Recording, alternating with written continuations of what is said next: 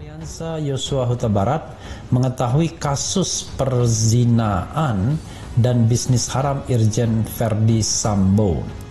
Kemudian Yosua atau Brigadir J membuka rahasia itu hingga pembunuhan terjadi di rumah dinas Verdi Sambo. Jadi almarhum ini mengetahui rahasia si pelaku dan membuka rahasia itu. Dia hanya mengatakan bahwa Verdi Sambo marah karena Brigadir J membocorkan kasus perzinaan dan bisnis haram kepada Putri Chandrawati. Bapak Verdi Sambo diduga memiliki kedekatan dengan Poluan Cantik ya. Dan itu juga sudah menjadi rahasia umum, tetapi itu fakta yang ditemukan. Kedekatan itu apakah benar apa tidak, ya itulah tugas penyidik mengungkap itu kan begitu. Dan kemarin itu ada berita, ada netizen yang mengungkap bahwa Verdi Sambo ini termasuk salah satu dari bos judi online. Apakah ada oknum yang lain yang ikutan dalam bisnis tersebut?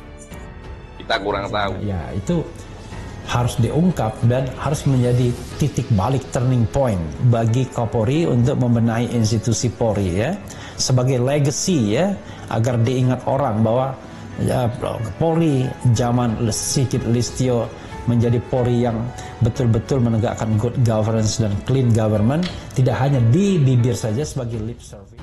Keberanian Brigadir J bongkar rahasia busuk Verdi Sambo sampai dibunuh, Bapak pergi dengan Brigadir J disebut sempat bongkar rahasia busuk Verdi Sambo sebelum dirinya dibunuh. Ia diduga membongkar rahasia busuk atasannya itu. Sebagaimana diketahui, 4 orang telah ditetapkan sebagai tersangka, 3 orang diantaranya adalah anggota kepolisian, termasuk Irjen Verdi Sambo, dan 1 orang adalah warga sipil. Kini, dikabarkan satu persatu fakta atas kasus besar penembakan Brigadir J pun terus terungkap. Sampai kasus yang mulanya disebut peristiwa tembak-menembak dan pelecehan, sampai kini menjadi dugaan pembunuhan berencana. Seperti dikutip dari gridhype.id pada Minggu 14 Agustus 2022, beberapa dugaan kejadian sebelum menembakkan Brigadir J kembali dibongkar oleh Komarudin Simanjuntak, pengacara Brigadir J. Salah satunya adalah soal istri Irjen Verdi Sambo, Putri Chandrawati, yang bertanya-tanya tentang keberadaan suaminya. Komarudin menduga disitulah Brigadir J kemudian mengadukan apa yang dia ketahui, termasuk adanya dugaan perselingkuhan Irjen Verdi Sambo.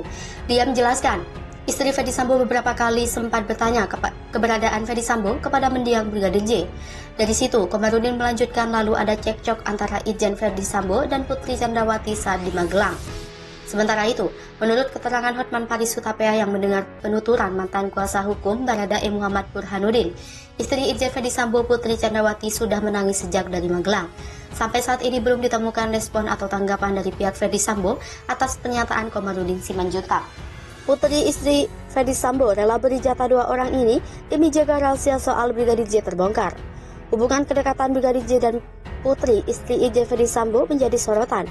Putri dan Brigadir J diketahui dekat setelah foto keduanya beredar di media sosial. Putri pegang tangan Brigadir J. Belakangan terungkap jika ada 2 sosok pria lain yang pada dijanji beri jatah oleh Putri Chandrawati. Orang itu bukan Brigadir J. Kedua orang tersebut terancam kaya jika Putri menepati janjinya. 2 orang itu adalah Baradae dan Brigadir RR. Putri sampai relakan uangnya 1,5 miliar untuk kedua orang tersebut.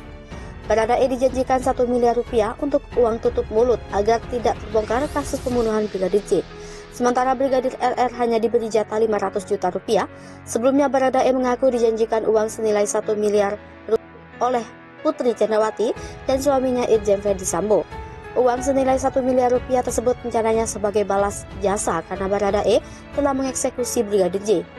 Uang akan diberikan Putri Chandrawati sebulan kemudian saat kasus tewasnya Brigadir J di rumah dinas Irjen Verdi Sambo di SP3 atau dihentikan penyidikannya oleh polisi.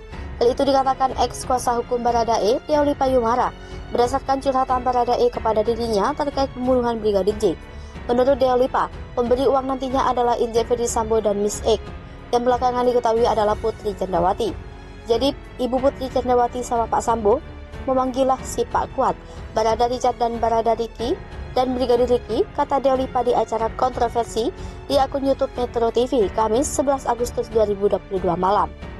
Pemanggilan oleh Putri Candrawati katanya dilakukan beberapa hari setelah penembakan atau pembunuhan terhadap Brigadir J dilakukan. Ini berarti ada dana 2 miliar rupiah yang dijanjikan Putri dan Sambo ke Baradae, Brigadir RR dan Kuat, di mana ketiganya kini juga menjadi tersangka pembunuhan Brigadir J. Di mana pembagiannya Baradae 1 miliar rupiah karena dia yang menembak langsung Brigadir J. Sementara Brigadir R dan Kuat yang membantu masing-masing mendapat 500 juta rupiah. Menurut Deolipa, Putri dan Sambo sangat yakin kasus penembakan Brigadir J ini akan SP3 atau dihentikan penyidikannya. Tapi ternyata kata Deolipa, kasus tewasnya Brigadir J mendapat perhatian publik dengan harapan SP3 ternyata berubah menjadi upaya pengungkapan kasus yang seterangnya. Hingga berujung membuat Kapolri membentuk tim khusus untuk mendalami dan mengungkap kasus ini. Sementara itu, kuasa hukum Brigadir J Komarudin Simanjuntak mengatakan informasi yang didapatnya adalah dana yang disampaikan Sambo untuk menutupi kasus ini mencapai 5 miliar rupiah. Cabut kuasa. Sebelumnya, tersangka pembunuhan Brigadir J yakni Barada Richard Eliezer atau Baradae mencabut pemberian kuasa kepada pengacaranya Deolipa Yumara dan Burhanuddin. Kabar pencabutan kuasa dari Baradae itu diungkapkan Deolipa saat sedang live di acara kontroversi di Metro TV Kamis 11 Agustus 2022 malam. Dalam pesan WhatsApp itu katanya berupa foto surat resmi pencabutan kuasa yang ditandatangani Richard Eliezer di atas materai.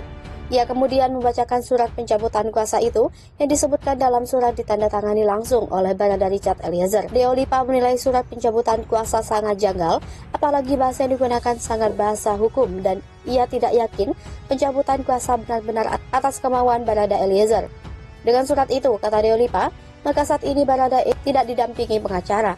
Ketua Indonesia Police Watch Sugeng Teguh Santoso mengecam pencabutan kuasa Baradae dari pengacara Deolipa. Ia merasa ada intervensi penyidik yang memaksa Baradae mencabut kuasanya dari Deolipa dan tim. Pengacara berhak menyampaikan satu pernyataan di depan publik untuk mempertahankan prinsip-prinsip hukum yang diperlukan, kata Sugeng. Menurutnya terjadi konflik saat Kabareskrim mengkritik pengacara Baradae saat Kapolri mengumumkan Irjen Ferdy Sambo sebagai tersangka. Pengacara apapun posisinya bekerja untuk membuat satu proses menjadi lebih bertanggung jawab, kata Sugeng. Karenanya Sugeng yakin pencabutan kuasa Baradae dari Deolipa dan tim dan intervensi dari penyidik. Menurutnya, pengacara tidak bisa diintervensi dan tidak bisa dipengaruhi. Presiden Jokowi masih minta Polri usut tuntas Ferdy Sambo dan jajarannya, dugaan kasus besar lain. Presiden Jokowi lagi-lagi dan kembali mengingatkan agar kasus pembunuhan Brigadir Joshua diusut tuntas dan diungkap secara terbuka dan transparan. Pernyataan terbaru terkait kasus pembunuhan Brigadir Joshua itu disampaikan Jokowi di Istana Kepresidenan Jumat 12 Agustus 2022. Jokowi mengatakan bahwa secara prinsip dirinya tetap memerintahkan kepada Kapolri Jenderal Listio Sigit Prabowo untuk mengungkap kasus pembunuhan Brigadir Joshua secara terbuka dan transparan. Presiden Jokowi juga mengaku sudah menitipkan pesan kepada Polri agar jangan sampai menutup-nutupi peristiwa Jumat berdarah di rumah dinas mantan Kadif Propam Irjen Pol Ferdy Sambo, termasuk langkah Polri yang sudah menetapkan Irjen Ferdy Sambo sebagai tersangka membunuh Brigadir Joshua. Presiden juga menekankan perintahnya sebelum-sebelumnya yang sudah disampaikan. Sementara, Kapolri Jenderal Pol Listio Sigit Prabowo menyampaikan pernyataan terbaru kasus pembunuhan Brigadir Joshua melalui akun Instagramnya. Menurut Listio, pengungkapan kasus pembunuhan Brigadir Joshua ini tidak lepas dari peran dan dukungan masyarakat. Selain itu, juga kerja keras anggota polisi yang menangani kasus tersebut. Presiden Jokowi meminta usut tuntas Kapolri siap laksanakan. Listio menekankan bahwa pengungkapan kasus ini mengedepankan scientific investigation dengan melibatkan banyak pihak, di antaranya kedokteran forensik, balistik forensik, digital forensik, biometric identification, serta sebagai tindakan lain yang bersifat ilmiah. Listio juga mengatakan akan menindaklanjuti seluruh polisi yang diduga melakukan pelanggaran kode etik dalam penanganan kasus tersebut sebagai sesuai perintah Presiden Jokowi. Bahkan, ia memastikan akan memproses hukum siapapun yang terbukti melakukan tindak pidana.